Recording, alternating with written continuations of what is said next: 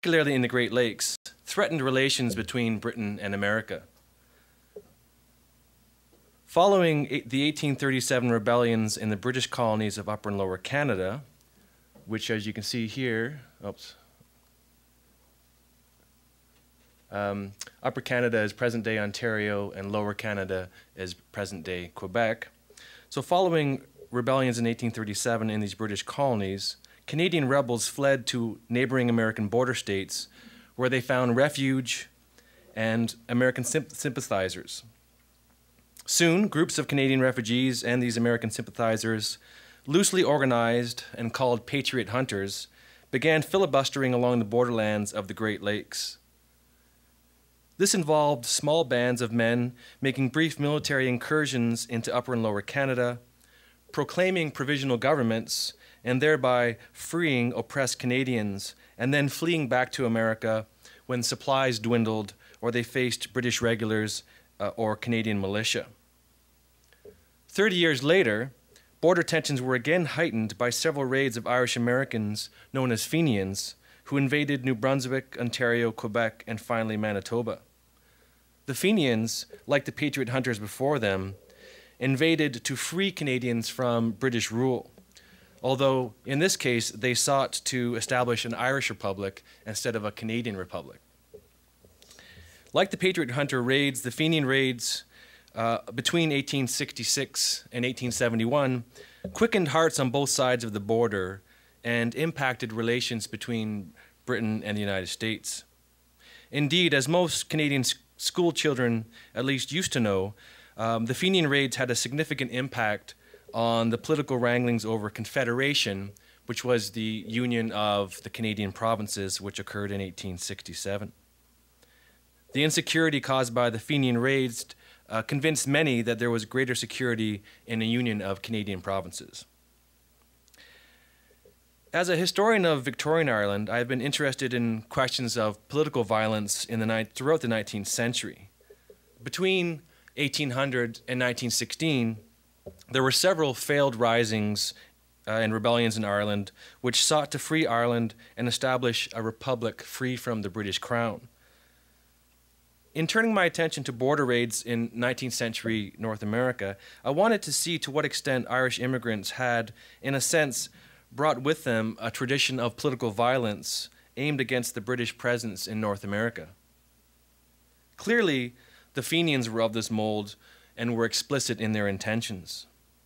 With the earlier Patriot Hunters of the 1830s, it is not as clear because we do not know yet enough about who took part in these raids. When I came across references to the Patriot Hunters as a semi-secret society which made border raids into Canada to quote-unquote free Canada from British tyranny and oppression, I thought that there had to be Irish involvement.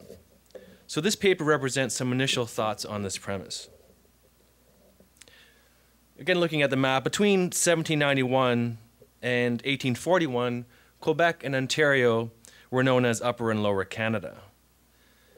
In late 1837, Upper and Lower Canada experienced a major political upheaval, with recurrent outbreaks of violence in both provinces. For several years before 1837, tensions had been building in the two Canadas over governance and political representation. In essence, a lack of responsible government, democratic institutions. The two rebellions were nearly contemporaneous failed uprisings, armed uprisings against British rule in Upper and Lower Canada. Louis-Joseph Papineau and William Lyon Mackenzie, the leaders of the Lower and Upper Canadian rebellions, they both subsequently fled to the United States, Mackenzie to Buffalo and Papineau to Vermont. All along the Great Lakes, in cities such as Detroit, Cleveland, and Buffalo, large crowds gathered to express their support for Canadian liberation. Anglophobia, a remnant of the American Revolution and the War of 1812, was on the rise, and volunteers were soon assembled for an invasion of Upper Canada. The professed object of the Patriot Hunters was the liberation of the Canadian provinces from British thraldom. Beginning in December 1837, the Patriot hunters, made many raids into Upper and Lower Canada. In one raid, for example, in December 1837, the Patriot hunters occupied Navy Island, a small island on the Canadian side of the Niagara River between Upper Canada and New York State. They proclaimed a Canadian Republic, talked about the tyranny of British rule, and to try to get supporters, they offered 300 acres of land and $100 to any American or Canadian who would join their cause. And they left the island after a month when they ran out of supplies. Activity along the border was manifested largely in public meetings and filibustering. Throughout December 1837 in Detroit, for example, public meetings were held to support the Canadian refugees who fled to Detroit after the rebellions. A Boxing Day meeting at City Hall saw the creation of a committee charged with establishing a depot for the material and military support of Canadian refugees, which, the paper noted, was necessary to protect the refugee patriots who seek our protection from insult or from kidnapping agents of any country or power. Several Detroit theater owners donated the proceeds from performances to the rebel cause, and refugees were boarded in Detroit taverns. The Patriot hunters of the 1830s anticipated the Fenians in organizing raids into the borderlands of the Great Lakes. Each created similar problems for American and British authorities. Unlike the Fenians, however, the Patriot hunters could not rely upon large population of recently disbanded soldiers after the American Civil War. Instead, the hunters were comprised, it seems, of a frontier population without formal military experience.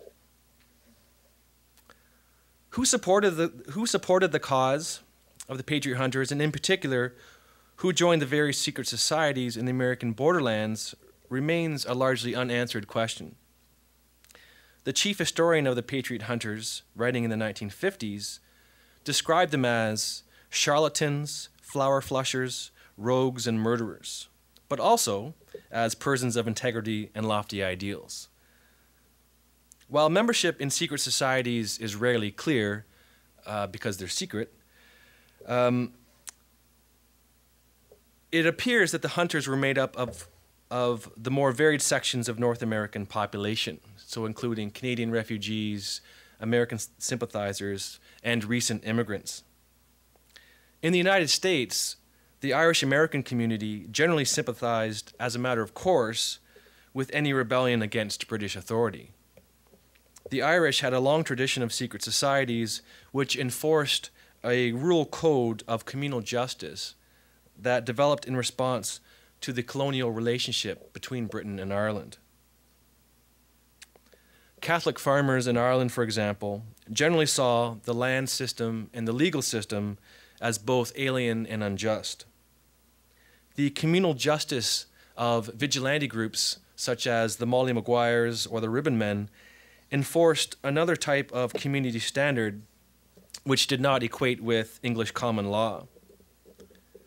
With this tradition of secret societies and extra-legal vigilante groups, the supposition is that Irish immigrants were drawn to the very structure and organization of the Patriot hunters, with their local lodges, secret oaths and secret handshakes, and the varying degrees of title, such as snowshoe, beaver, master hunter, and patriot hunter. Towards the end of the Patriot hunter period in the early 1840s, it appears that many of the hunters formed a close alliance with the branches of the Irish Repeal Association, which was then spreading into the United States and to Canada. Established in Ireland in 1840 and led by Daniel O'Connell, the great Catholic political leader who had achieved Catholic emancipation. Catholic emancipation happened in 1829, and it was the removal of civil disabilities against Catholics in the United Kingdom. Catholics couldn't sit in Parliament, they couldn't be sheriff, they had many, many civil disabilities against them. These were lifted generally in 1829. So this Repeal Association was moving into Canada and America. And in the 1840s, early 1840s, the Patriot Hunter group seemed to form close alliances with this group. So, for example, a Catholic priest in New Jersey in 1841 reported that all the repeal associations have become united with the Hunters' lodges. It is not clear yet how many Irish in the border states joined or were sympathetic to the Hunter lodges, or who participated in the cross-border raids. Large numbers of Irish immigrants were certainly present at the time. Irish migration, to take one example, had been steadily increasing between the 1820s and the 1850s. By 1850, the Irish were the largest national group in Detroit and Michigan, though soon to be displaced by Germans. While there was certainly Irish participation in the Patriot movement and borderland raids, one identifiable group who took a prominent role in the Patriot movement were medical doctors. Indeed, a high proportion of the leadership were medical doctors, with at least 12 known doctors in leadership positions. A newspaper report of a Patriot meeting at Cleveland in December 1838, which was addressed by at least 4 MDs, concluded by remarking, "What patriots the doctors are." One Patriot Hunter leader who we do know a fair amount about, and who was an Irish nationalist, was Dr. Edward Alexander Theller. Theller was born in Coleraine, County Londonderry, Ireland in 1804. He became a teacher in Belfast before emigrating to Montreal in the 1820s, and where he studied with another Irish expatriate, Dr. Daniel Tracy.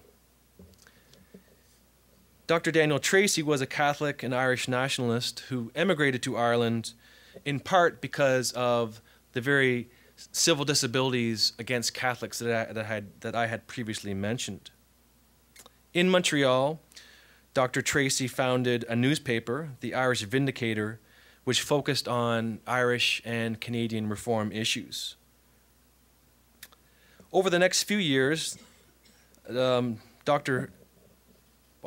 Edward Alexander Theller lived in various Canadian and American cities, practicing medicine and so on, before settling in Detroit in 1836, where he practiced medicine, ran a grocery store, and a pharmacy. He became a naturalized U.S. citizen, which would be an important point for his participation in the invasion of Canada and the subsequent legal problems that followed. Theller's background helps explain his motivation in joining the Patriot cause. He clearly saw a link between the treatment of the Irish under the United Kingdom with Canadians in British North America. Theller made a case for the sympathy that Irish Americans should have towards the Canadian rebels and refugees who fled to border states like Michigan. When, as he said, the Canadian refugees fled naked to the United States, no Irishman, remembering his own country's wrongs, could turn a deaf ear to their appeals. Theller joined the Patriot movement and became a brigadier general in the Patriot Army. As a medical doctor in Detroit, Theller had reason and opportunity to travel across the border to the underserviced Essex County, and became acquainted with parts of the population there. Indeed, as part of his role in the Patriot cause, he was sent to Ontario to recruit Irish and French volunteers to the Patriot movement.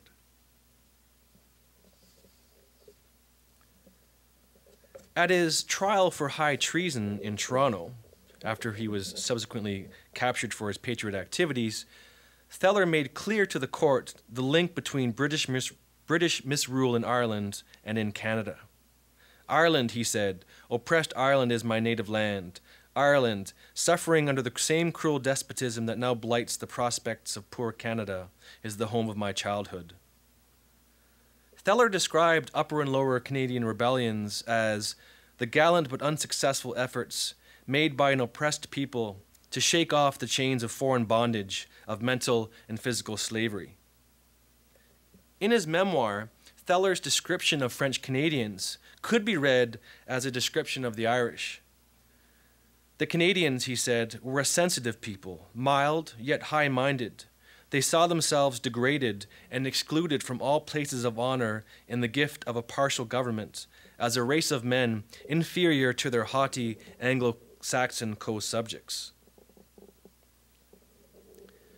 Sailing the Detroit River in command of the schooner Anne, which ran aground near Fort Malden at Amherstburg in Upper Canada, Theller was taken prisoner by Canadian militiamen. 2 months later, in April 1838, he was tried for treason in Toronto. Now, I mentioned that he had become a naturalized citizen, and thus Theller argued, or more likely his lawyers argued, that since he was a naturalized American citizen, he therefore could not be charged with the crime of treason against the Queen because he was no longer a British subject. However, the Crown successfully argued a case of perpetual and inalienable natural allegiance. Once born a subject, always a subject. He was sentenced to be hanged, but made a daring escape from the prison at Quebec City the same year, returned to the United States, where he became famous, toured many cities, and eventually settled back into Detroit, where he began a newspaper called The Spirit of 76, clearly linking his activities in the Patriot cause with that of an earlier generation of American fighters for freedom. The Patriot Hunters as a group faded away during the early 1840s. Without success or any real indication of the desire on the part of Canadians to be liberated, such a movement could not be sustained for long. The sought-after war between Britain and America became less and less likely, and the possibility was largely removed with the negotiations leading to the Webster-Ashburton Treaty of 1842, which settled many long-standing issues between the two nations, such as boundary disputes. A decade and a half after the decline and disappearance of the Patriot Hunters, an overt group of Irish and Irish Americans caused more trouble along the U.S.-Canadian border. The Fenian Brotherhood was a revolutionary movement in both Ireland and America that began in the late 1850s with the express purpose of achieving an Irish republic. Named after ancient Irish warriors, the Fenians sought to achieve this republic through force of arms rather than constitutional means. Like ribbonmen and various secret societies before them, the Fenians were an oath-bound, all-male group who practiced, albeit not particularly successfully, revolutionary violence. There were two wings of this organization, one centered in New York City and the other in Dublin. Much of the support of the international group, in terms of money raised and men enlisted, came from Irish Americans, who, because of the difficulties of integration and prejudice experienced, particularly after the waves of large immigration occurring after the potato famine in the 1840s, kept attention focused on Ireland and her problems. In essence, American Fenians were to raise money and train men for a rising in Ireland. Following the American Civil War, a divide between the American and Irish wings of Fenian movement developed over the question of action and whether resources should be used to strike in Ireland or in Canada. Large numbers of Irish Americans had fought on both sides during the Civil War, but around 140,000 had fought for the federal government, whose armies included several Irish units. Few Fenians in Ireland, on the other hand, had actual military experience, though there were some in the British Army, and a few had been in the French Foreign Legion. Thus, there were large numbers of nationalist Irish Americans recruited by the Fenian Brotherhood, and many of the Civil War veterans had not yet been reconciled to civilian life and who wanted to continue the excitement and camaraderie of a soldier. The American Fenians, therefore, decided to attack Canada instead. Campobello, an island off the New Brunswick coast, was chosen for attack in 1866. Not unlike the example I gave earlier of Navy Island, with Campobello, the Fenians would seize the island, declare themselves at war with the British Empire, and demand belligerent status. In this case, the raid was meant to be a diversion designed to prevent British troops in North America from being rushed to Ireland, where a main Fenian uprising was supposed to take place. At the very least, the occupation of British territory would increase prestige for this Irish-American group, which was important since the Fenians on both sides of the Atlantic were anxious for action. Action had indeed begun, but this first Fenian raid into Canada was quickly dispersed. A second, more serious raid took place 2 months later, in June 1866, when Fenians crossed the Niagara River from New York State to Ontario, which was then known as Canada West, near the village of Ridgeway. They defeated the Canadian militia and held British territory for 2 days. This raid would represent the pinnacle of Fenian success in North America. The Battle of Ridgeway left dozens of Canadian militia dead and wounded, and significantly, it was the only time during the 19th century when Irish troops defeated forces of the British Crown. Further unsuccessful raids occurred in Quebec and finally the western province of Manitoba in 1871. By that point, the Fenian movement in North America, certainly in terms of invading Canada, had finished. In this paper, I have tentatively attempted to connect Irish revolutionary activism in North America during the 1830s and with the later period of the 1860s. The Irish membership of the Fenian movement is obvious. Irish participation in the Patriot movements along the borders during the late 1830s and early 1840s is not yet clear, but seems extremely likely. Certainly there were Irish volunteers and leaders in the Patriot Hunters movements, such as the example I gave of Dr. E.A. Theller. Further research will hopefully shed more light on this. The parallels between these two distinct movements are there. Both were secret societies which used small-scale volunteer groups along the Canadian-American border with a purpose to liberate Canada from British control and to establish, in the earlier group, a Canadian Republic, and in the later group, an Irish Republic.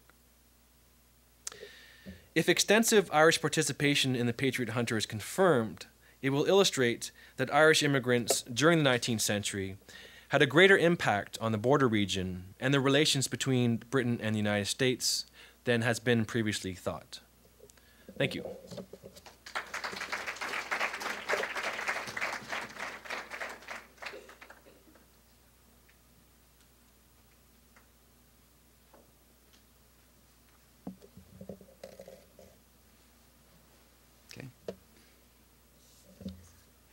Good afternoon, everyone.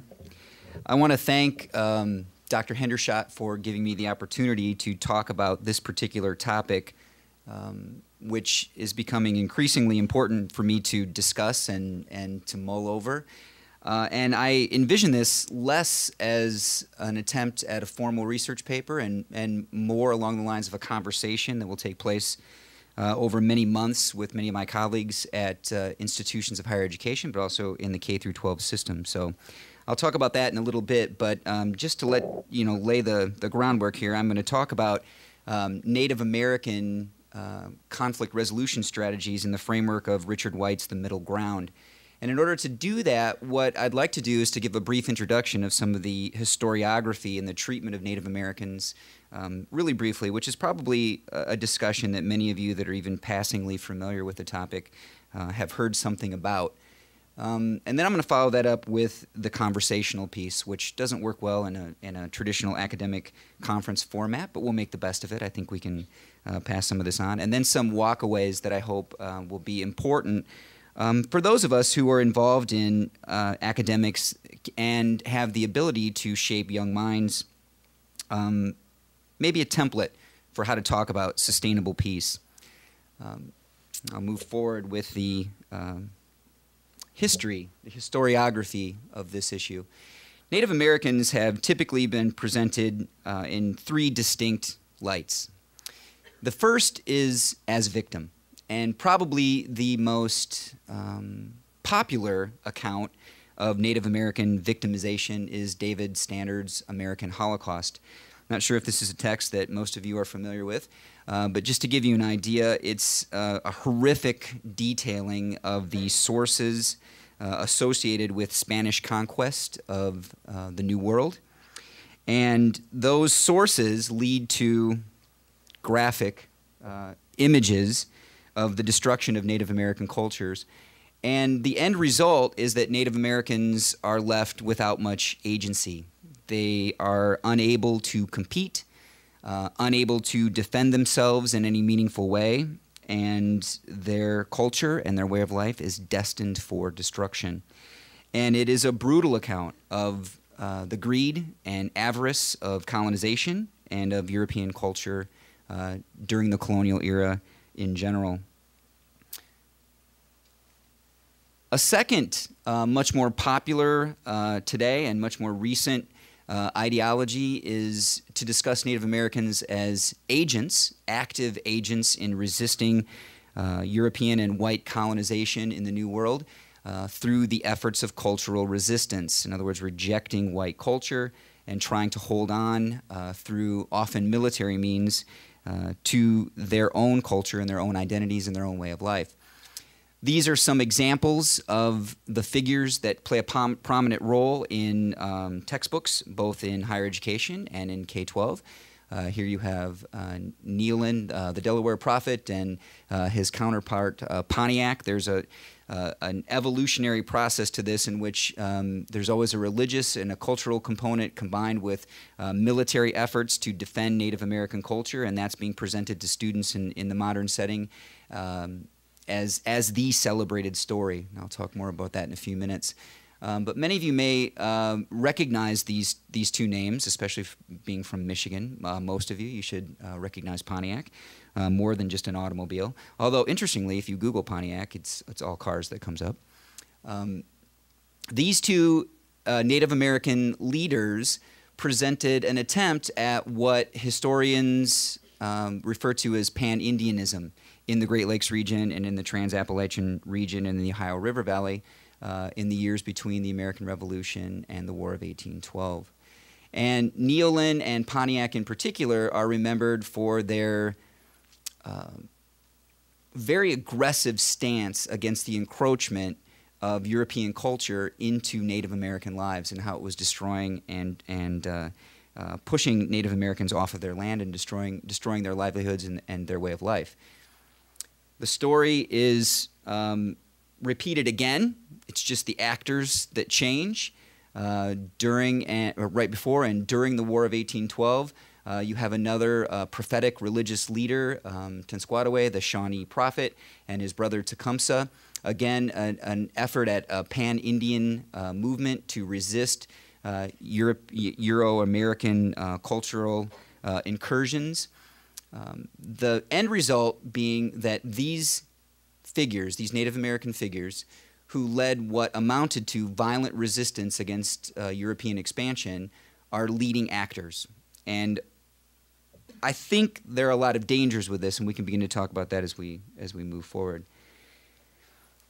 Scholars that pay attention to Native American issues have worked very hard to try to bring to the surface the factual evidence, the day-to-day lives, the complexity that existed on the frontier and in the interactions between whites and Native Americans. These two books that I've cited here are two of the best in my personal estimation. Richard White's The Middle Ground, published in 1991, and James Merrill's Into the American Woods, Negotiations on the Pennsylvania Frontier. And what both of these works do is provide a context and a framework within which to discuss how Native Americans dealt with situations where there was increasing population pressure, increasing pressure upon the game and the land that they occupied by whites, and how they transformed their own cultures and transformed the cultures of whites in particular to reach some sort of accommodation. And that's a word that White uses that we'll talk about a bit more. Merrill's work is really about those individuals who functioned as go-betweens, both Native American and, in this case, American, who would serve as border coyotes, if I can borrow a phrase from a presentation earlier today, but individuals who would function in these frontier regions as diplomats and as trade partners, and even often members of the same family. They would marry into each other's families. So there is a story that can be told to students in the modern era that is compelling and powerful and offers us a situation in which we can begin to talk about how people attempt to make peace despite huge potential for conflict, violence, and cultural chaos. This is a rather long quote, but I wanted to read it to you. This is from the American Historical Association, presented in 1992, the Albert Beveridge Award, and this was the announcement that came out with the announcement of the award winner, and it was Richard White and his efforts in the middle ground. Challenging and at times veritably poetic, Richard White's The Middle Ground establishes a meaningful new framework for the analysis of Indian-white relations. Rather than setting up easy victim-exploiter categories or glorifying Native American resistance, White examines how violence, cultural innovation, confrontation, and accommodation worked on the ground in specific interactions and conflicts between and within settler and indigenous groups. The author views Native Americans and Europeans soberly, showing the deep divisions on each side in relation to questions of power, legitimacy, and meaning. By resisting the temptation to glorify or satanize either side, White presents a deep, humane, and enduring picture of Native American heroism in the face of increasingly unviable odds. His conceptualization of the middle ground and the role of the state in constructing ethnicity also represent contributions of lasting value to our understanding of Indian-white relations throughout the Americas. Heady words, and I think prophetic in that they ushered in an entire new area of study that many people refer to as the new Western history today. Not only sort of blowing out of the water some of the old ideas about the frontier, for example, Turner's idea of the frontier as a process, but also providing agency for those groups of people who lived and worked on the frontier without talking about assimilation or acculturation, which have very sort of state-sponsored biases attached to them. Some of the recent work that's been done is pretty breathtaking, using the middle ground as a framework or a lens through which to talk about Native American-European relationships. One of them is Stephen Aaron, whom I'm a big fan of, and he writes in an article titled Rights in the Woods about the experiences of American immigrants moving into the cane fields of Kentucky in the years after the American Revolution, and how Native Americans responded to an ever-increasing population of whites acting within their communities. And one of the things that he talks about is that there was no set way for these groups to deal with each other. That's a hallmark of one of White's main contentions in his thesis, is that there's a diverse way in which human beings respond to cultural interaction, potential conflict, and cultural differences. And this is played out in Kentucky very easily. I give you some of the highlights of what Aaron talks about with respect to Kentucky, using hunting in particular. One of the things that Native Americans in the Great Lakes region and to the south and to the west were particularly interested in was connection with European economies and American economies through the fur trade. And Native Americans made a distinction when whites began encroaching into their territories about the type of hunting activities and the game that could be taken by Americans on what was perceived to be communally held Native American land. And what they did is they created their own set of judicial codes that applied to these newcomers, but then also applied to other Native American groups as well. So the interaction with whites and Native Americans transformed Native American culture and American culture, and Americans were subjected to these laws and were punished if they violated these laws in ways that are pretty unique. The basic thrust of this was that the Native Americans in Kentucky allowed whites to hunt game for sustenance and for clothing, for food and for clothing. But any game that was taken in what was referred to by the Americans as the long hunt, in other words, a hunt that was engaged in specifically for economic purposes with respect to the fur trade, was punished severely. And what Native Americans would do, and this will sound familiar to you, those of you that are familiar with the story of Captain John Smith and Pocahontas, is they would apprehend the hunters in question, put them on trial, convict them of their crimes, demand tribute and payment for the pilfering of these animal pelts from their territory, and then release them with enough food to be able to survive to get back to wherever it was that they hailed from, usually somewhere east of the Appalachian Mountains. And this worked particularly well in muting conflict, which originally, when the first whites arrived in Kentucky, there was a tremendous amount of bloodshed over these very issues. So this judicial system evolved over time to give whites the ability to survive in the same frontier environment, while at the same time respecting the rights of Native Americans to exploit the resources that were theirs from their perspective. And I think this is a fascinating story. It's a story that could easily make its way into an American history classroom today, and it's a story that probably should be told in textbooks to reveal the complexity of how these people dealt with one another on a regular basis. This gets me really to what is the conversational part of this. When I thought about why it was that I wanted to talk about this particular topic, it became really apparent to me that this is connected to other work that I hope to engage in, and one of those is to provide some care and some nurturing for the curriculum that exists in my classroom, but also the curriculum that exists in the state of Michigan with respect to the treatment of issues of diversity. And one of the things that I think is important is to provide some opportunities for faculty, both K-12 and higher ed, to talk about these particular issues, and in this instance to promote Richard White's middle ground as a lens through which to discuss issues of diversity, not with respect necessarily to just Native Americans, but I think it applies in many other areas of life and of academia. So what I proceeded to do, and I continue to do, is to look at the top 15 sellers in terms of textbooks within the market in higher ed today. And I came up with some pretty startling revelations about the use of the middle ground as a thesis for exposing students to the agency of Native Americans, and that is that really it just doesn't exist.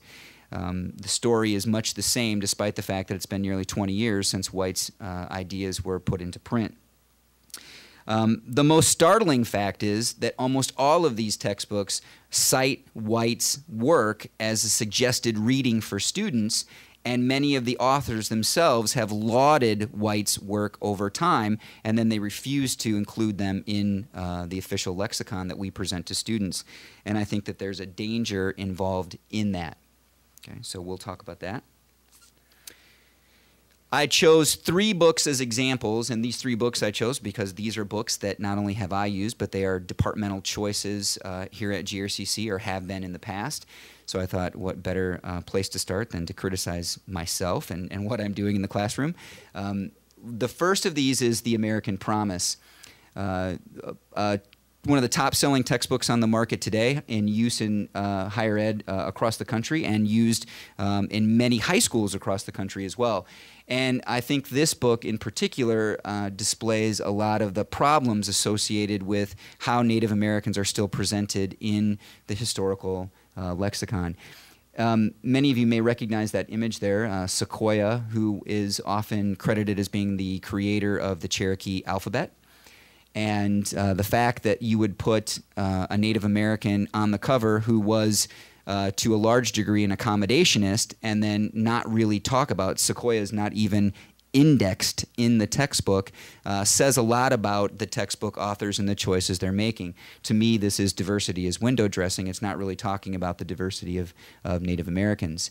The story of Cherokee assimilation, which is a fantastically complex story and one of interest, I think, to those people who are interested in peace studies, is ignored except for the very end of that discussion, and that would be the Trail of Tears.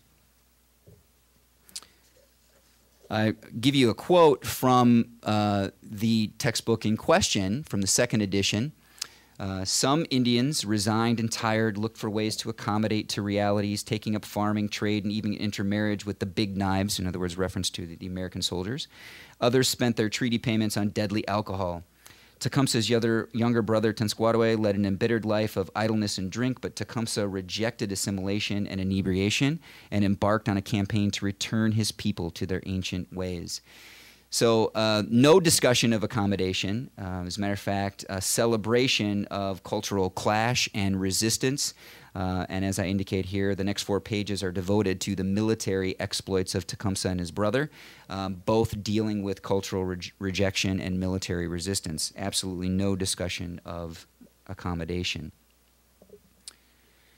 This is another popular textbook on the market, and these next 2 textbooks actually pride themselves on being textbooks that focus on diversity and history from the ground up. You would think really fertile ground in which to discuss Richard White's words.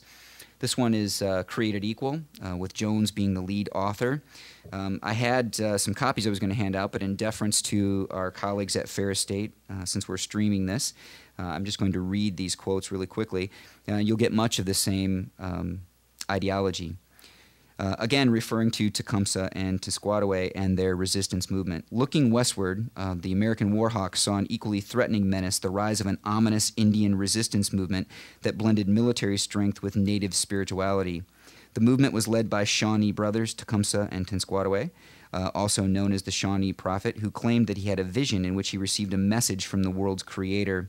In the prophet's words, the creator stated that European Americans, quote, grew from the scum of the great water when it was troubled by an evil spirit and the froth was driven into the woods by a strong east wind. The prophet declared to other Indians, "They are numerous, but I hate them. They are unjust. They have taken away your lands, which were not made for them." Of course, the prophet's words led to military resistance. As the authors go on to say, Tenskwatawa's message would spark armed conflict between the Creek and the American government. Again, absolutely no discussion whatsoever of accommodation or the complexities that actually existed along the American frontier. And one more, just to drive the point home. Again, another textbook using the image of Native Americans to promote their supposed attachment to the story of American diversity. This is a book that I currently use in my classrooms. It's called Out of Many, with John Mack Farragher being the lead author. I want to give you a quote from Farragher as he was interviewed in the Western Historical Quarterly about Richard White and the middle ground. Farragher says, quote, "The middle ground is maybe the most brilliant scholarly accomplishment that I've ever encountered, one of the most impressively researched works in any field of history." So this is the lead author of this textbook. You would expect White to play a really prominent role in Farragher's own description. This is a quote from the textbook itself. Again, dealing with Native American resistance after the American Revolution. The ever-accelerating westward expansion offered little hope to Indian peoples. The alternatives they faced were stark: acculturation, removal, or extinction. Deprived of hunting lands, decimated by disease, increasingly dependent on the white economy for trade goods and annuity payments in exchange for land cessions, many Indian peoples despaired. Like the Mandans, after Lewis and Clark's visit, they came to dread the effects of white contact. Nearly every tribe found itself bitterly split between accommodationists and traditionalists. Some, like groups of Cherokees and associated tribes in the South, advocated adapting their traditional agricultural lifestyles and pursuing a pattern of peaceful accommodation. In the Northwest Territory, however, most Indians chose the path of armed resistance. So at least in this textbook, there is a tipping of the hat to White's notion of accommodation and how complex that discussion may be. But the next 5 pages are devoted to Tecumseh and Tenskwatawa's military resistance against the American government. These are the kind of questions that keep me up at night. You know, you can call me a nerd if you want, but this is the kind of stuff that drives me crazy. Why is it that we have these gaps in curriculum? Why is it that American history textbooks continue to sell a tilted story? I understand war and sex sells, right? That's how you get textbooks on the market. But by leaving out any discussion of the middle ground, by not talking about how human beings interact on a one-to-one basis, or a tribe, or community-to-community basis, or tribe-to-tribe basis, you're leaving out huge sections of the historical record, and you're leaving out the essentials of how people live their lives in these frontier regions. And I think it sets a dangerous precedent for students who begin to think that the only path that was of any worth or measure was the path of resistance, that these cultures could never mix, they could never combine, there could never be shared space. White, I think, destroyed that notion in 1991, yet our textbooks, and I'm afraid most of the curriculum in our classroom, continues to promote those issues in an awkward way. Just to be honest with you, we're going to have hopefully a conference here at GRCC where we invite K-12 educators from the Grand Rapids Public Schools and from other districts in the region to talk about curricular issues, and hopefully this will be the basis for a presentation that I'll make there. And I'm definitely very interested in any comments and reflections you might have for me on the topic. Thanks.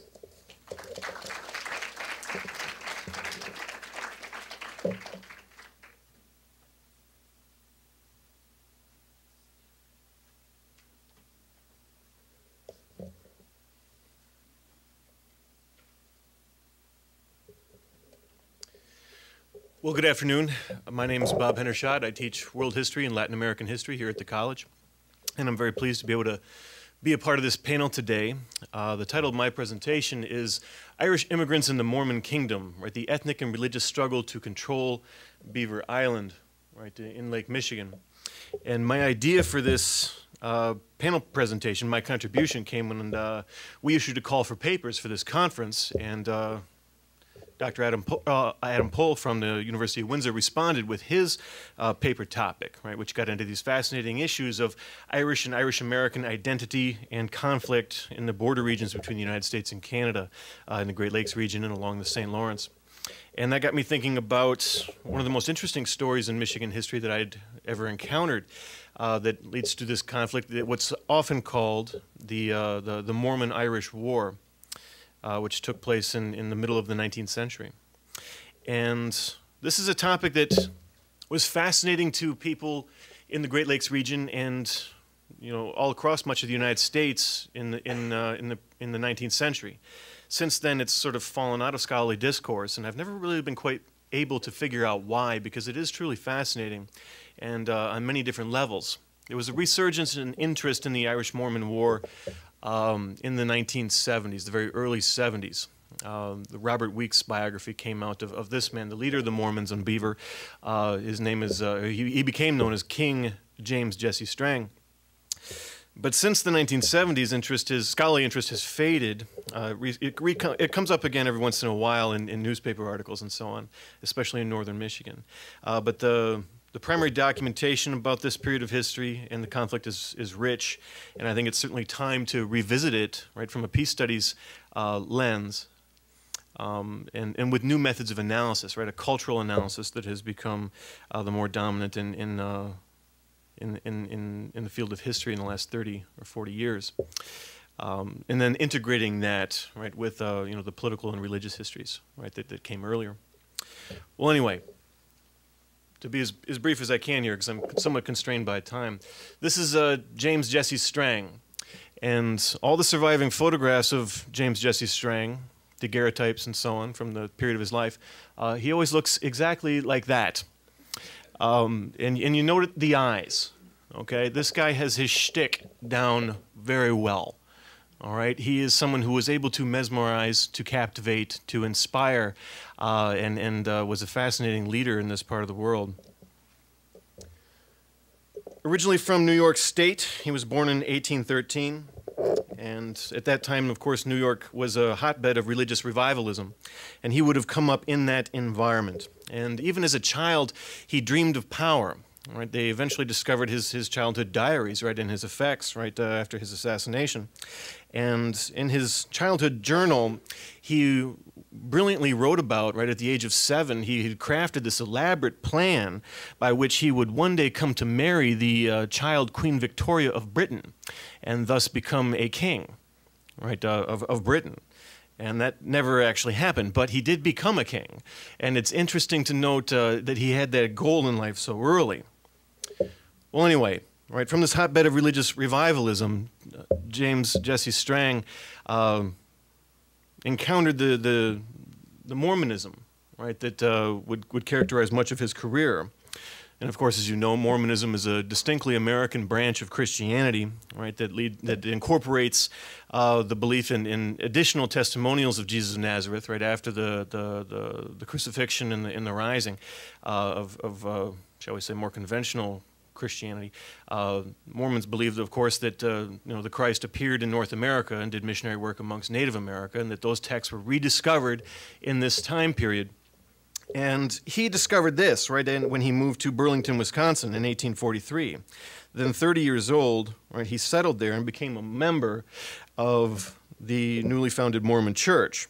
And despite being a new member, right, and an official member for only a year, when the founder of Mormonism, Joseph Smith, was himself murdered in 1844, Strang claimed, right, that an angel had appeared to him and appointed him to be Smith's successor.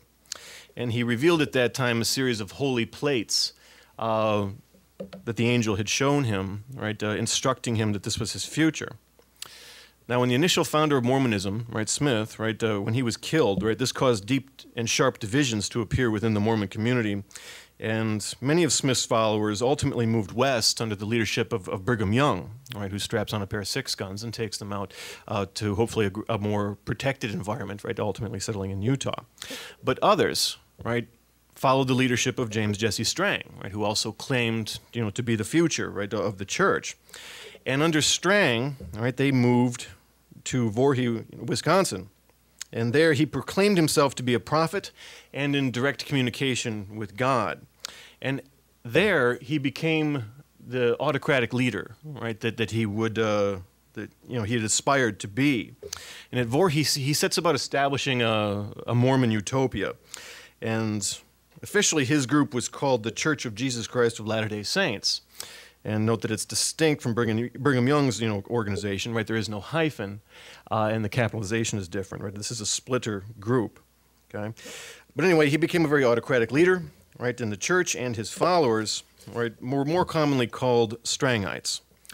His religious unorthodoxy is itself quite interesting and distinct from other groups of Mormons as well, right? For example, in Strangite faith, right, is led by Saint James, right? All things are not possible to God. Jesus is mortal, right? The concept of the Trinity is utterly absurd. And he even goes so far as to demonstrate his autocracy by adding a commandment to the Decalogue, right? Which is interesting given the later parts of his career, and that commandment was, "Thou shalt love thy neighbor as thyself." So anyway, to protect his utopia, ultimately they weren't safe at Voorhees, Wisconsin. And so they decided that they would move, right, to an even more defensible, right, and remote spot. And of course, if you want to go to the edge of Western civilization, you would go to Michigan.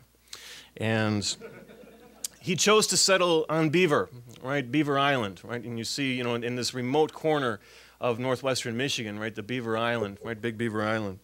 And that was deemed by Saint James Jesse Strang to be the chosen land, right? God chose his people to go there, directed them. And previously, right, this island had not been uninhabited, right? It had been home to many Native Americans for some time. But more recently, it had become home to several hundred Irish immigrants. mostly fishermen. And the Irish population on Beaver had been growing quite a bit recently. Okay? They, of course, were exclusively Irish Catholics. They were exclusively and intensely Catholic. Many of them were first generation, meaning that they were born in Ireland. And at this time period, in the late 1840s, the vast majority of the first generation Irish Catholics on Beaver were famine refugees. Okay, I mean, they fled the potato famine in Ireland, and ultimately, the cheapest fare during the famine was across the Atlantic anyway, was from Ireland to Canada, and then many of them had come down, right, especially if they knew fishing, right, they came down to the Great Lakes, and in this case, some settled on Beaver Island, which is to say they were illegal immigrants in the United States. So, famine refugees, right, with an interesting experience, right, in Ireland. Of course, they had every reason to be wary, as people from Ireland. They had every reason to be wary of comparatively affluent Protestants encroaching upon their lands. And so, when the Mormons started to come under the leadership of James Jesse Strang, tension was brewing. Now, the Irish immigrant community on Beaver was several hundred. Right, in population, maybe 300, maybe 400 people. It's a small community with little organization and no powerful leaders of their own. Very different from the Strangites, right, who were very well organized and had a very powerful leader, right, in Strang. And I should also mention, right, in addition to the Irish fishing industry, there was also a trade industry going on between settlers and Native Americans, right, and it's often a despicable trade in whiskey, right, for furs. More on that later. So anyway, as Catholics, right, the Irish inhabitants of Beaver Island were furious at the Mormon contention that only Mormons were God's chosen people, and that the Mormons would inherit the earth, while all non-believers would, of course, be slain by the Lord. So animosities grow very quickly between the Irish and the Mormons.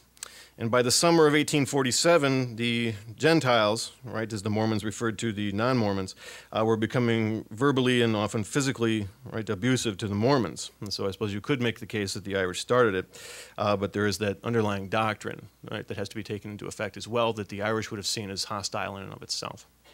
Okay? So Strang retaliated, right, against these insults and occasional beatings. He denounced the Irish as morally bankrupt. Right, which is one thing that the Strangites would have in common with a lot of mainstream, if you like the term mainstream America, in the middle of the 19th century, when the Irish were not a particularly welcome ethnic community in the United States. Okay, and he denounced the Irish for their despicable trade, right, in giving liquor to the Native Americans in exchange for furs. And this angered some of the more powerful people throughout Mackinac County, of which the Beaver Islands were at this point a part of. So anyway, the trader industry, right, started to bribe ship captains in the Great Lakes not to go to Beaver Island. Okay, the main city, right, on Beaver Island to this day is called St. James. Right, it's not named for St. James the Apostle. It's named for King James Jesse Strang. Well, anyway, they started to, the traders, right, in the whiskey fur trade, right, start to bribe ship captains not to go to Beaver, and they threatened to kill other Mormons who might like to settle there. And among the Gentiles, right, the Irish and the traders, I'm behind on my PowerPoint here. Right, the cry arises amongst the Gentile community, right, that the only good Mormon is a dead Mormon. And so tensions are certainly brewing, but the influx of Mormons continues anyway. They charter their own boats and they continue to move to Beaver Island. And so an expanded conflict is brewing, right? The only good Mormon is a dead Mormon. All right. So the nearly 3,000 Mormons who now occupy the island are going to come into conflict in what, as I say, is often referred to as the Mormon Irish War. And this will lead to a series of armed skirmishes. And from a military history standpoint, you'd refer to this as a low-intensity conflict that will stretch out over about 15 years. But anyway, skirmishes between the two groups, Mormons and Irish, were frequent and intense, and their mutual hatred of each other was comprehensive and strong. During this time period, there's a series of interesting newspaper articles that appear in the Grand Rapids Press and in the New York Daily Tribune, right, from the late 40s into the early 50s, that recount stories of Strangite Mormons murdering non-Mormons on Beaver Island. Indeed, the Mormons were more populous, they had the momentum, they had unity, and they were much more zealous. Strang told his followers that their enemies, meaning the Irish immigrants and other Gentiles on Beaver, were the enemy. Their enemies were God's enemies, and that a holy war was necessary to purge the land of their filth. Okay. Simultaneously, Strang himself is going to start to introduce a series of new policies that is going to embitter the divide. For example, in 1849, Strang, like other Mormons of the era, will embrace polygamy, eventually himself taking 5 wives. Okay. The most famous of which is actually his second wife, right, where he initiates polygamy. He takes a second wife, Elvira Field, right, pictured here, would eventually travel with him throughout the state on mission trips and on government business, disguised as Charles Douglas, right, so as to avoid a public scandal. Right. But she was his ever-present assistant, and her true identity became an open secret, right, in the Michigan legislature and so on. But yes, right, she would disguise herself and use the pseudonym Charles Douglas. And anyway, this, of course, was a cultural difference and a difference of religious belief and practice that, as I say, widens the cultural divide between Irish Catholics on Beaver and the Mormon community. Okay, well, Beaver Island remains geographically and culturally isolated from outside influence. And so Strang's autocratic tendencies are actually able to grow. For example, he will effectively control all information in the region. He himself will create and edit, right, every issue of the only newspaper in that part of the state at the time, called the Northern Islander. An effective control of communication is essential for power. These tendencies, these autocratic tendencies, reach their zenith, though, when he decides to have himself crowned as a divine right monarch in 1850. All right, he is then 37 years old and will solidify his power in this interesting way. Now, Strang, his intention to have himself crowned, and there is an elaborate coronation ceremony. He has a crown and a scepter made out of base metal, and they've got this all planned right for on the coast of Beaver, and a beautiful ceremony. And they're making their plans, and of course this upsets the Irish Americans, right, the Gentile community, very much. And there are interesting newspaper accounts of their reaction to this. They plan pageants to mock good King Jimmy, right, which is an interesting trend. It references King Billy, right, the Protestant leader, right, who defeated the Irish at the Battle of the Boyne. So there's a legacy there of mocking foreign kings. Anyway, they have pageants mocking King Jimmy, where he is crowned with a spittoon, right, very derogatory pageant, and then from there it escalates, right, they start to take public pledges, the Irish start to take public pledges to drive King Jimmy into Lake Michigan, and then they begin to plan a larger military attack right on the Mormons. And this is sadly very disorganized for the Irish perspective. Participants are told to supply their own equipment, right, which means, according to their instructions, right, a gun, ammunition, chewing tobacco, and whiskey. And they begin their attack on the Mormons in disorganized fashion, and of course the Mormons, who are very well organized, saw them coming. And Strang had somehow smuggled a cannon onto Beaver Island, and to this day nobody knows who sold the Mormons a cannon. It's still not clear how getting the cannon onto the island had remained a secret, because it's not a big island. Anyway, right, the closest thing they had to a large engagement, right, they fill the cannon with nails and they throw this first major volley at the Irish, who then scream and run. And at that point, right, the Mormons have secured their military control, right, and most of the Irish are going to very quickly relocate to the mainland. And the coronation goes ahead as planned. Okay. Well, as king, Strang claims the God-given power to, quote, execute judgment, overthrow the rebellious, punish the wicked, rule the nation, and to declare laws, claiming total sovereignty, right? Not just over the church, but over that part of the United States of America. And, Beaver Island is part of Mackinac County, right? And the fact that he's under the jurisdiction of the state of Michigan and the federal government sort of negates his claim to divine authority. And so, again, there's another broader conflict brewing there. So, very cleverly, right, it's actually quite perspicacious of Strang at this time, right, to ensure power, you can use diplomatic means, right, as well. And so they start to run Mormon candidates for office in the state of Michigan. They start to win local judgeships and seize control politically. But at the same time, right, they also are building on the fact that the state of Michigan's power in that remote northern region is limited. And the question is, right, can the state of Michigan enforce its laws against the power of the Beaver Island Mormons, the Strangites? Strang, continuing to be very clever, unifies his community, right, and also issues a none too subtle warning to the state by running this threat in his newspaper, the Northern Islander, in February of 1851. Let your fear be upon all men, and the terror of you upon your enemies. Right? For this is the day of the vengeance of the Lord, and of your recompense upon your enemies. Arise and thrash, for I will make thy power iron. The tread of thy foot shall crush. Thou shalt break in pieces many people, and shall consecrate their spoil unto God, and their dominion to the Lord the whole earth.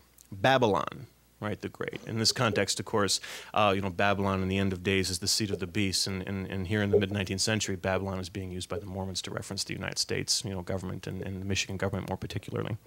Babylon the great shall perish before thee, right? Her cities shall be given to the flames, the inhabitants to the sword. Her government shall be broken to pieces, and her dominions taken away. Now, as you can imagine, right, this declaration of holy war, right, is very disconcerting to the young state of Michigan. Okay, and this makes King Strang a national figure for several years, right? And he's actually feared by both major political parties in the United States at this time, because neither the Whigs nor the Democrats can afford to anger Strang and lose the Mormon vote in Michigan.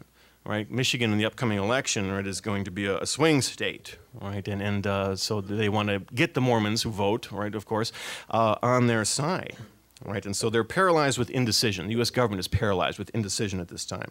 And eventually, so it buys them time, right, the declaration of holy war, and it unifies his community very effectively for a few more years anyway.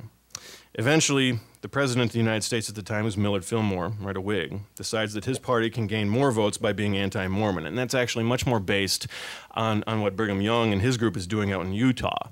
But to make political hay, right, the Fillmore administration decides to attack Strang because he's weaker, or at least perceived to be weaker. And so, right, with orders to prosecute all Mormons who defy U.S. law by, say, declaring a divine right monarchy within the borders of the United States, the federal district attorney sets out from Detroit for Beaver Island aboard the only federal warship in the lakes at this time. It's the USS Michigan, and that is laden with cannon and Marines and deputy marshals. And they arrive in Beaver, and they seize King Strang and 31 others, and they're taken to Detroit for trial. And this is very interesting. They're arrested for various different things, tried for various different things. Treason, obviously, trespass, theft, counterfeiting, and other crimes. In the trial, Strang will elect to defend himself.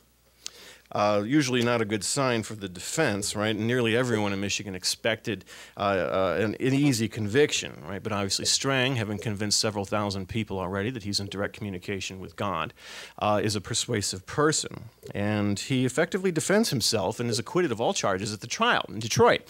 As I say, he's a very persuasive man. He's acquitted of all charges.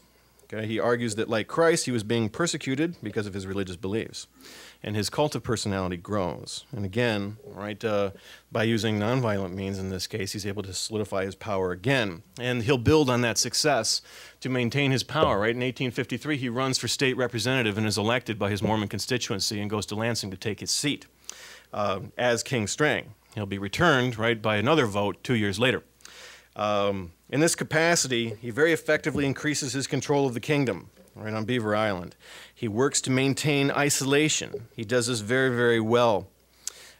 He delivers the Mormon vote to the Democratic Party, right? He can guarantee the Democrats that many votes, right? In exchange for that, the Democrats agree, right, to make Beaver Islands, right, their own county, right? And of course, he can dominate that much more effectively.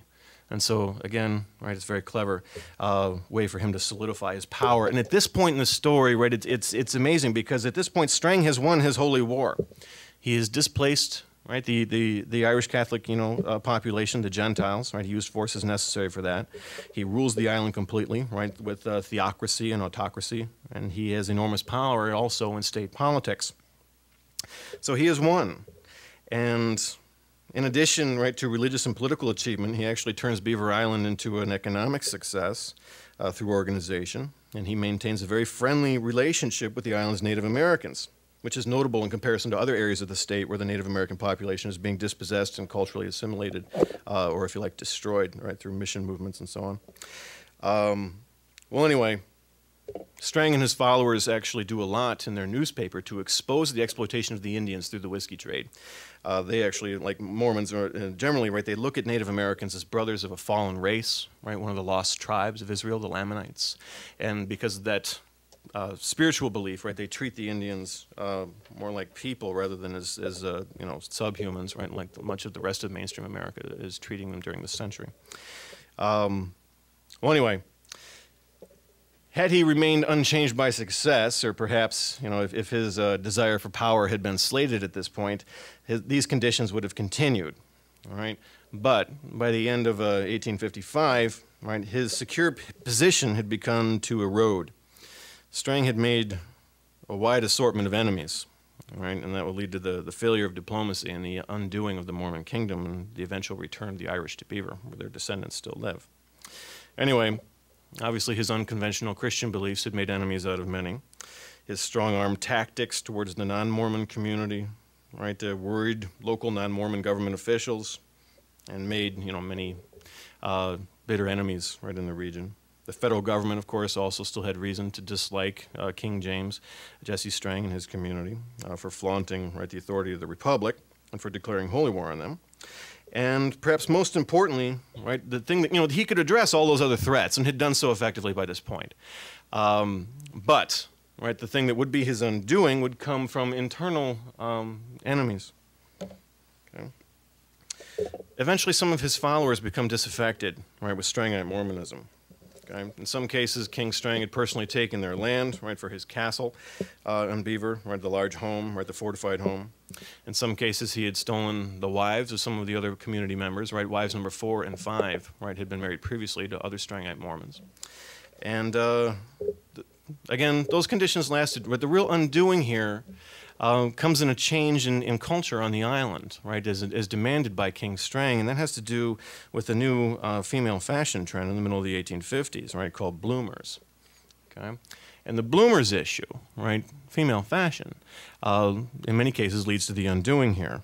And that's what's so fascinating about this, right? These are long, baggy pants narrowing to a cuff at the ankles that had become popular in the 1850s amongst ladies' fashions, or at least, you know, they were emerging during this time. To say that they're popular is an overstatement because a lot of people didn't like these more modern fashions. Strang had encountered them on the East Coast in a mission trip and thought they were the greatest thing ever. And so when he returns to Beaver Island, he demands that all of the women in the Strangite Mormon community have to wear them.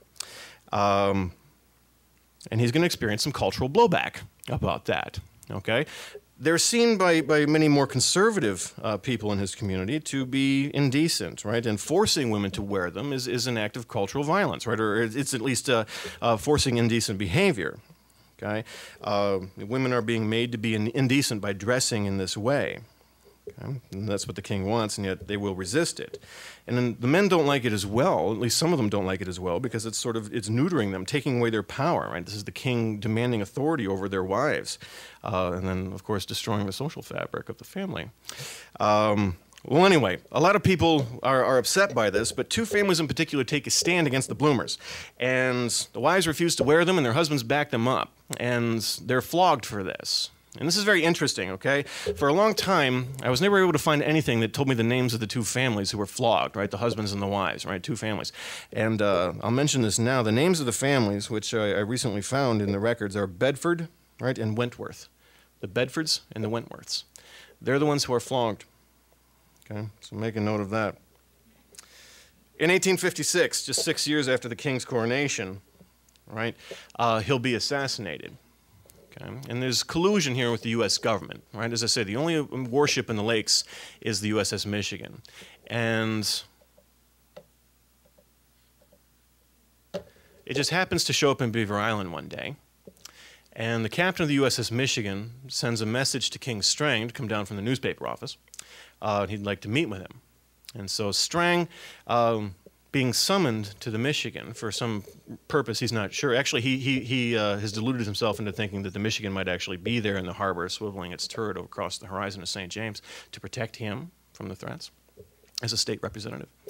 Anyway, he starts to walk down, right, the quay towards the boat. At that point, 2 long unidentified assassins jump out and shoot him 3 times, twice in the head, once in the back. He does not die, okay, right away, right? he'll linger for 3 weeks, right? Shot once in the face, once in the head, and once in the spine.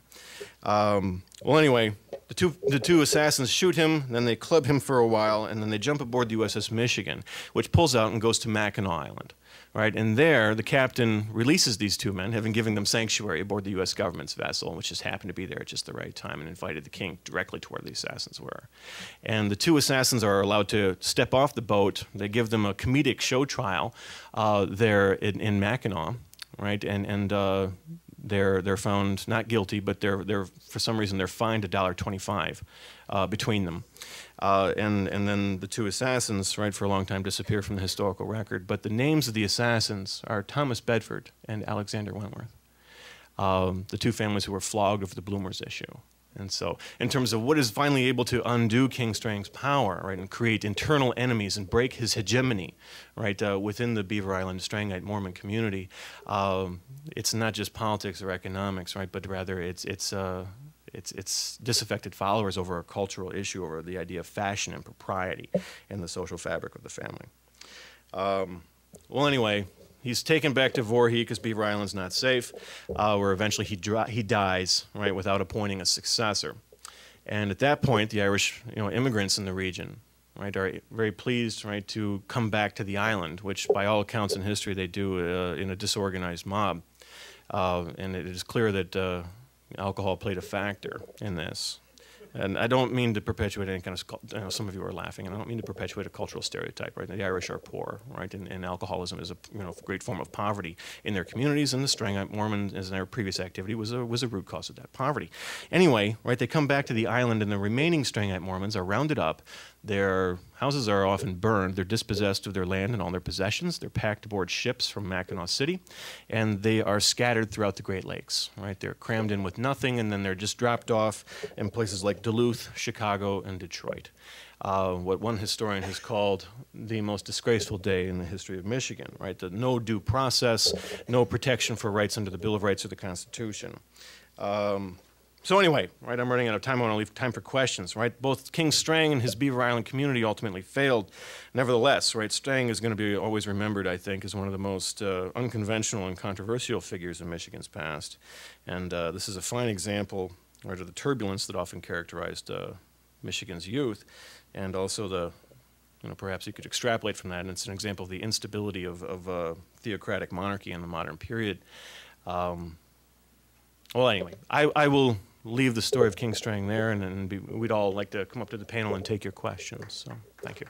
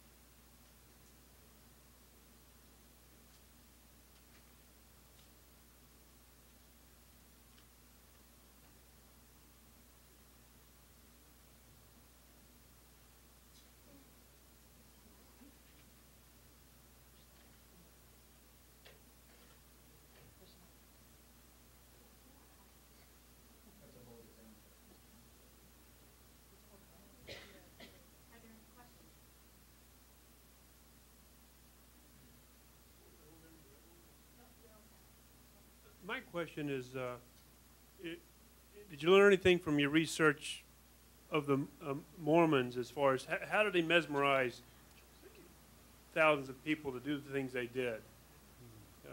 I'm just curious, how they established a movement, what you learned in researching this? Well, I think that in both cases, right, with Brigham Young and in the case of the Strangites, there's a cult of personality argument to be made, right? I mean, there is strong leadership in both that will solidify and unify the communities.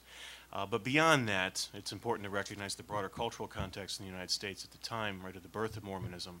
As I say, right, in particular in upstate New York, right, where all these people in the history of Mormonism emerged from, a hotbed of religious revivalism and economic depression, right, and the tenuous nature, right, of civil society in a lot of the United States at that time, right, when war was recent in the memory, and you know, cultural conflict on the frontier between whites and Native Americans was still rife, right? The idea of a second coming, the end of days, it was fertile ground, right, for people who could claim to interpret from a spiritual perspective, right, the chaos that was throughout them in their lives. And so the idea of a religious discovery, right, and someone who knows the truth, who knows the way, and can speak with cosmic certainty about what ought to be done, right, a lot of people will find answers, right, under those leaders. I have a question for Adam. I was very interested in your presentation, and I think one of the themes of this conference is the idea of a split identity, and at least it's something that interests me. So I have a couple of questions. In relation to, well, you said that the Irish were certainly an obvious part of the Fenian movement. And my question, what came into my head was, what do you mean by Irish? Because when you talked about Dr. Edward Alexander, he was a Northern Ireland Presbyterian, and at this time, the Ulster plantations had occurred.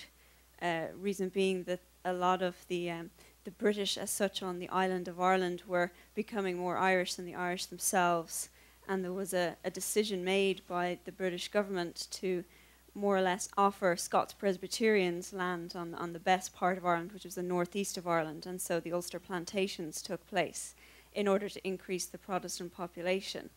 And that was one notion of perhaps what was being Irish, but it was a notion of being Irish that was very much associated with perhaps colonialism. And to me, this notion of the Irish in the Fenian movement correlates more strongly with that, compared to what you had also talked about, and you talked about in 1829 in your presentation. I wasn't sure if you mentioned Daniel O'Connell in your presentation. I don't think you did, but...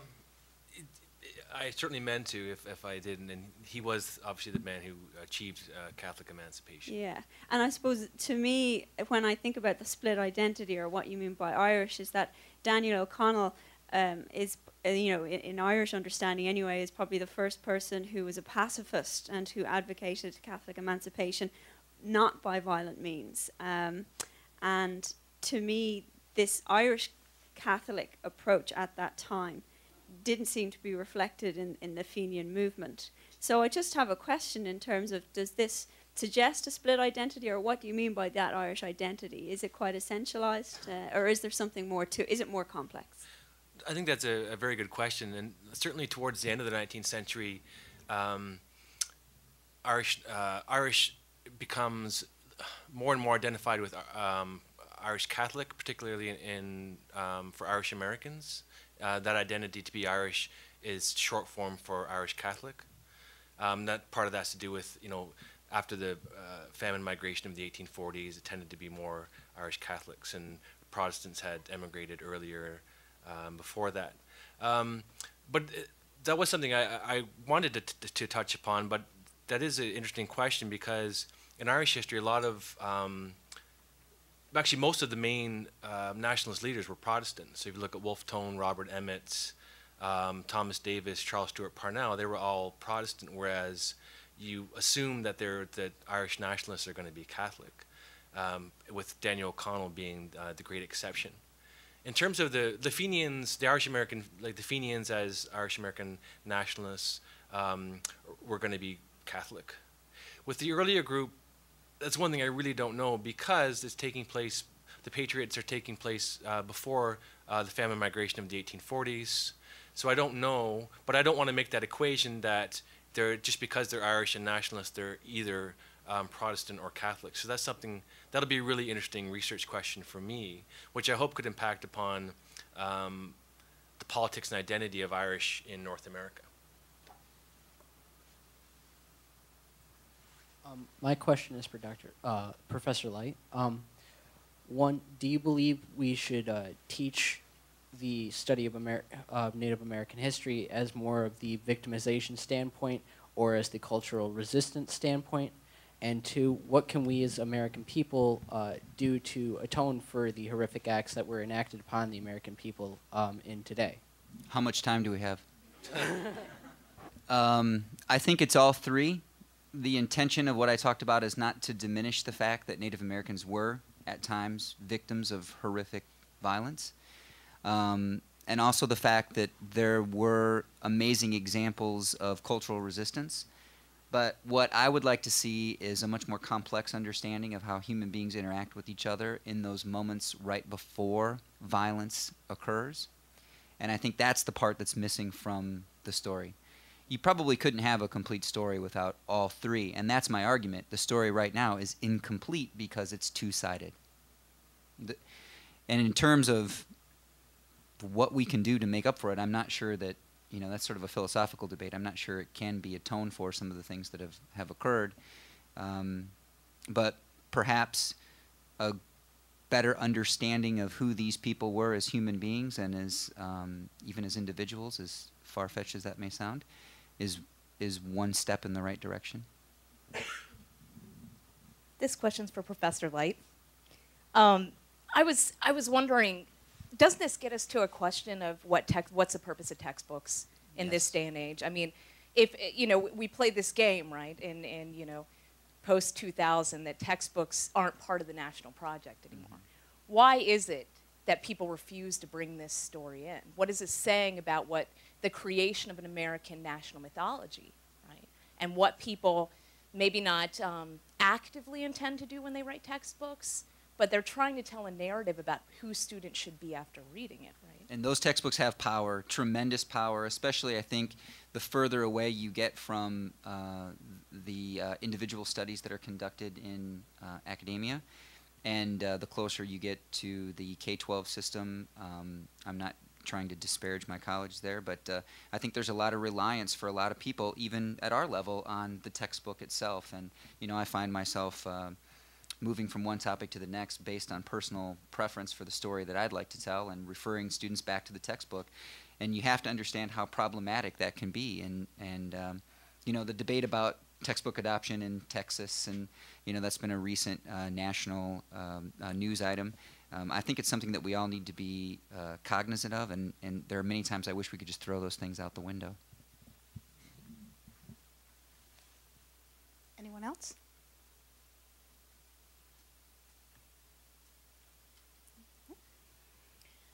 Okay, guess we'd like to go ahead and wrap things up, and thank you all for being on the panel today. Next is the dedication of the peace pole, right? Yeah, 4:15. Yeah, down in Bostwick Commons. Down in Bostwick Commons. If you'd like to join us for that. Otherwise, thank you. Professor Pohl, Hendershot, and Light.